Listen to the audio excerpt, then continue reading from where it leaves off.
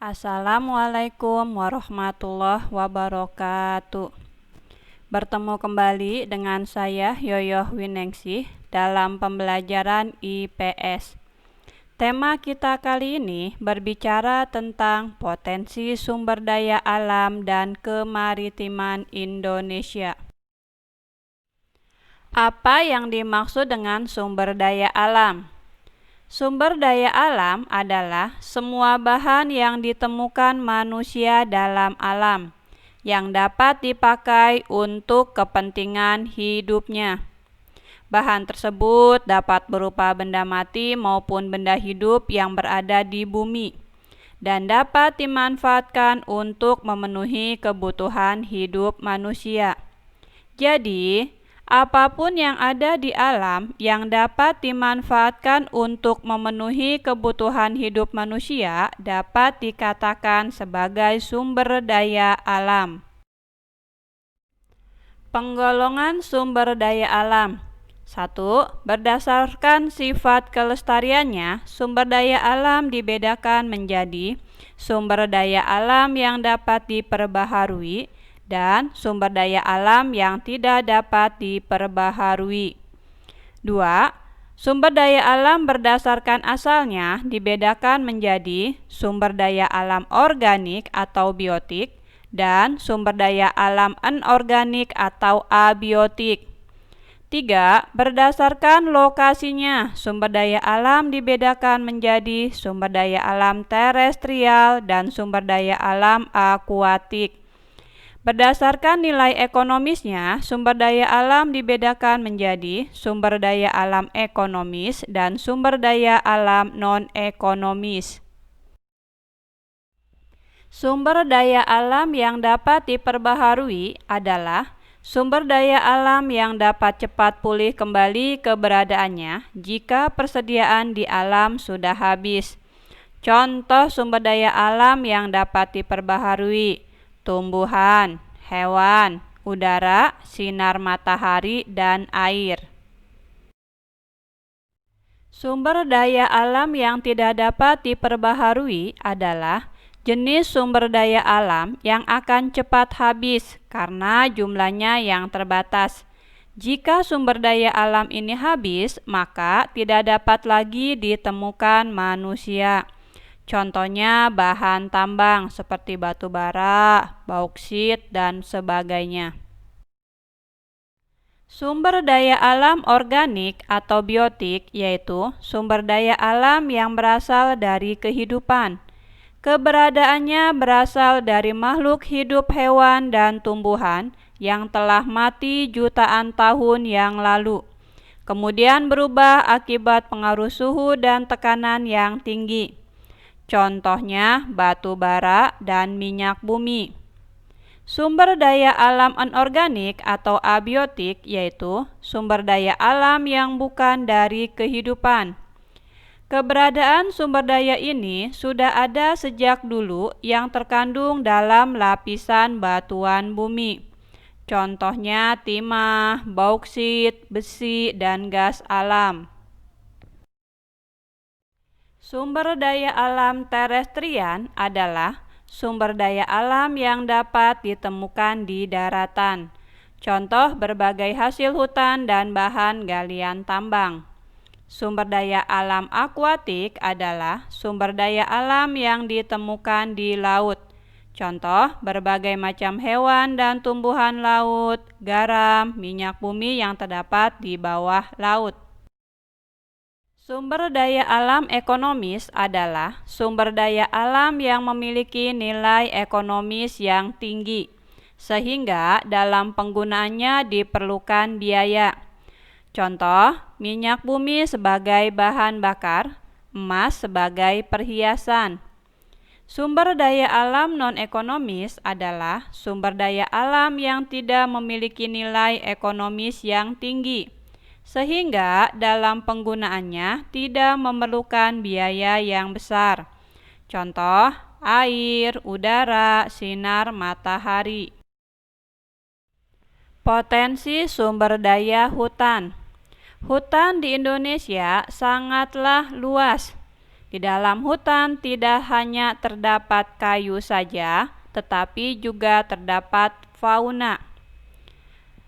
Jenis-jenis kayu dan sebarannya. 1.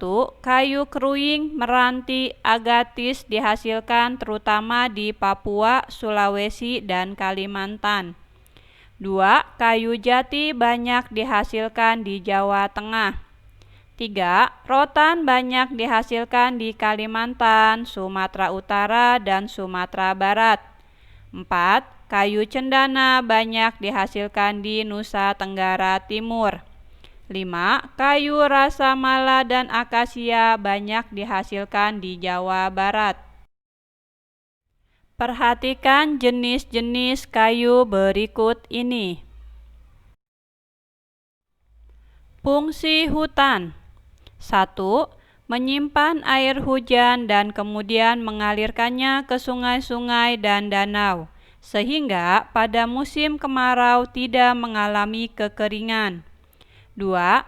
Tempat hidup bagi flora dan fauna yang menjadi sumber makanan dan obat-obatan pada saat ini maupun pada masa yang akan datang. 3. Mencegah terjadinya erosi atau pengikisan, karena air hujan tidak langsung jatuh ke tanah dan mengikis tanah-tanah yang subur. 4. Menghasilkan oksigen dan menyerap karbon dioksida sehingga suhu bumi terkendali. 5. Sumber kehidupan bagi masyarakat, khususnya masyarakat sekitar hutan dari produk yang dihasilkannya. Potensi sumber daya tambang. 1. Minyak bumi dan gas. Perhatikan peta persebaran tambang minyak bumi dan gas di wilayah Indonesia berikut ini. 2. Batu bara. Batu bara adalah batuan sedimen yang terbentuk dari sisa tumbuhan yang telah mati dan mengendap selama jutaan tahun yang lalu. Unsur-unsur yang menyusunnya terutama adalah karbon, hidrogen, dan oksigen. Batu bara digunakan sebagai sumber energi untuk berbagai keperluan. Energi yang dihasilkan batu bara dapat digunakan untuk pembangkit listrik, untuk keperluan rumah tangga atau memasak, pembakaran pada industri batu bata atau genteng, semen, batu kapur, biji besi, dan baja, industri kimia, dan lain-lain. Pertambangan batu bara di Kalimantan terdapat di Kalimantan Timur, wilayah lembah Sungai Berau dan Samarinda. Sumatera Barat, wilayah Ombilin dan Sawah Lunto. Sumatera Selatan, wilayah Bukit Asam dan Tanjung Enim. 3. Bauksit. Bauksit adalah sumber biji utama untuk menghasilkan aluminium. Bauksit bermanfaat untuk industri keramik, logam, kimia, dan metalergi. Indonesia memiliki potensi bauksit yang cukup besar dengan produksi mencapai 1.262.710 ton. Sebagian dari hasil pertambangan bauksit dimanfaatkan untuk industri dalam negeri dan sebagian lainnya diekspor. Bauksit ditambang di daerah Kepulauan Riau, Pulau Bintan, dan Kalimantan Barat di Pulau Singkawang. Pasir besi. Pasir besi dimanfaatkan untuk industri logam besi dan industri semen.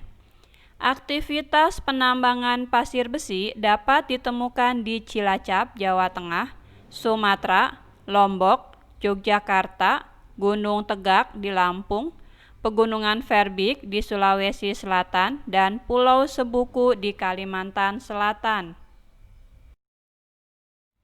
Emas.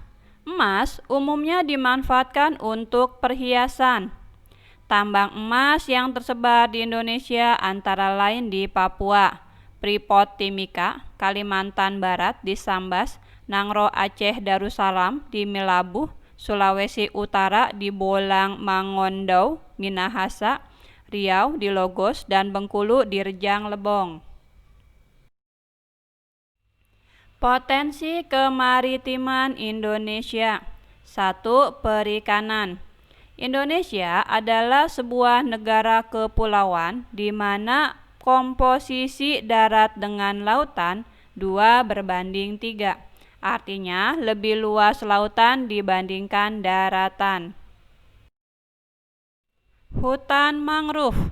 Hutan mangrove atau hutan bakau adalah tipe hutan yang berada di daerah pasang surut air laut. Saat air pasang, hutan mangrove digenangi oleh air laut. Sedangkan pada saat air surut, hutan mangrove bebas dari genangan air laut. Umumnya, hutan mangrove berkembang dengan baik pada pantai yang terlindung, muara sungai, atau laguna. Ada 2 fungsi hutan mangrove sebagai potensi sumber daya laut di Indonesia, yaitu fungsi ekologis dan ekonomis. Fungsi ekologis hutan mangrove adalah sebagai habitat atau tempat hidup binatang laut untuk berlindung, mencari makan, dan berkembang biak. Fungsi ekologis yang lain dari hutan mangrove adalah untuk melindungi pantai dari abrasi air laut. Fungsi ekonomis hutan mangrove berupa nilai ekonomis dari kayu, pepohonan, dan makhluk hidup yang ada di dalamnya. Biasanya penduduk memanfaatkan kayu sebagai bahan kayu bakar atau bahan pembuat arang. Kayu bakau juga dapat dijadikan bahan pembuat kertas. Selain kayu, hutan mangrove juga dihuni oleh beragam jenis fauna yang bernilai ekonomis. Misalnya, udang dan jenis ikan lainnya yang berkembang biak dengan baik di wilayah ini. Selain itu, fungsi ekonomis hutan mangrove juga bisa menjadi kawasan wisata, sehingga dapat menghidupkan roda perekonomian wilayah-wilayah yang ada di sekitar hutan mangrove. Terumbu karang. Terumbu karang adalah terumbu atau batuan sedimen kapur di laut yang terbentuk dari kapur yang sebagian besar dihasilkan dari koral, binatang yang menghasilkan kapur untuk kerangka tubuhnya. Jika ribuan koral membentuk koloni, koral-koral tersebut akan membentuk karang. Berdasarkan pemaparan materi di atas, silakan kalian jawab pertanyaan berikut ini. 1. Jelaskan 2 buah contoh kerusakan sumber daya alam yang diakibatkan oleh perilaku manusia.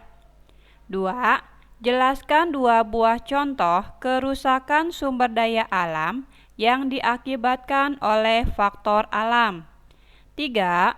Menurut kalian, bagaimana cara melestarikan sumber daya alam di Indonesia supaya memberi manfaat lebih bagi kehidupan manusia? Demikian pembelajaran kita kali ini. Kita akan melanjutkan pada tema berikutnya tentang dinamika kependudukan Indonesia. Sekian dan terima kasih. Wassalamualaikum warahmatullahi wabarakatuh.